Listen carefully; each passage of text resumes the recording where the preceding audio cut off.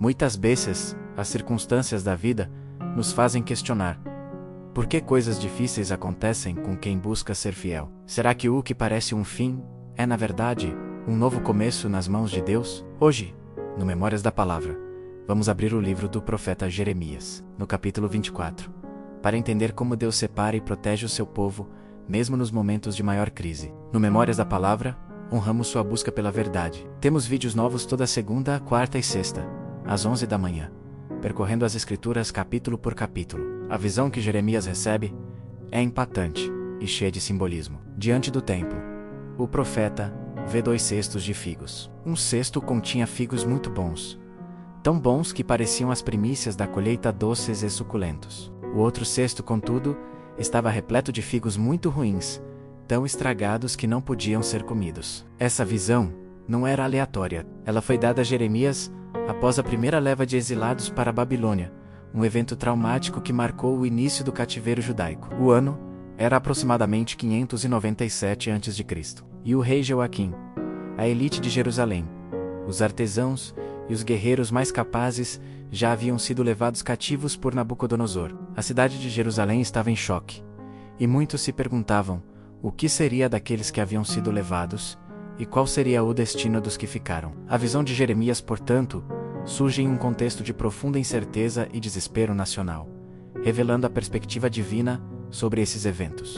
E aqui reside uma das maiores surpresas da profecia, contra toda a lógica humana. Os que foram levados cativos eram os figos bons. Sim, aqueles que foram arrancados de sua terra, de suas casas, de seu templo, e levados para uma terra estrangeira, eram os que Deus considerava preciosos. Desenvolvemos a análise teológica de que o sofrimento e o exílio, embora dolorosos e aparentemente catastróficos, foram instrumentos da providência divina para purificar e preservar o remanescente eleito. Deus estava usando a adversidade não para destruir, mas para refinar. O exílio não era um castigo sem propósito, mas uma cirurgia divina para remover a idolatria e a rebelião do coração de seu povo. Isso nos remete à profunda verdade de Romanos 8:28, que afirma: sabemos que todas as coisas cooperam para o bem daqueles que amam a Deus, daqueles que são chamados segundo o seu propósito.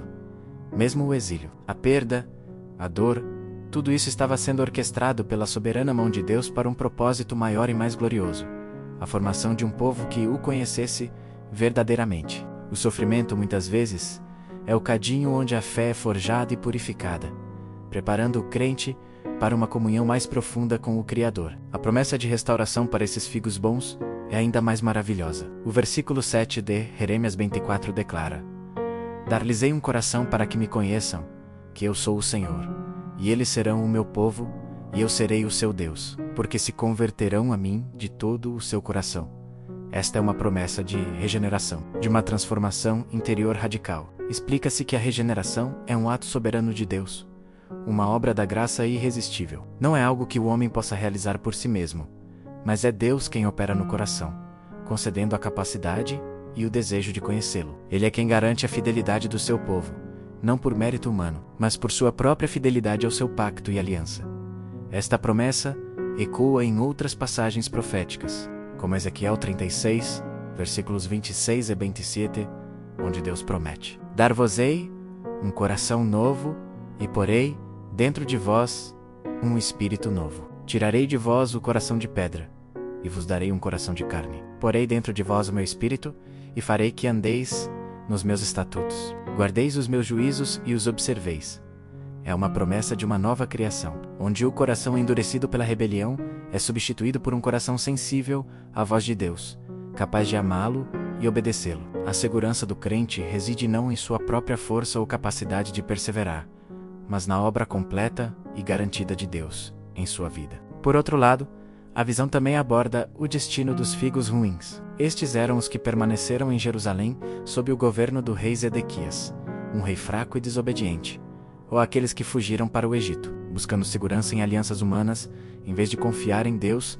Explica-se que a falsa segurança e a desobediência levam ao juízo. Enquanto os exilados eram purificados, aqueles que ficaram em Jerusalém continuaram em sua rebelião, confiando em suas próprias estratégias e na força de outros reinos. O Egito, em particular, era um símbolo de dependência humana e idolatria, e a fuga para lá representava uma rejeição direta à palavra de Deus através de Jeremias. O destino desses figos ruins seria a espada, a fome e a peste, e eles se tornariam um objeto de horror e opróbrio entre todas as nações. Isso nos lembra de Provérbios 14:12.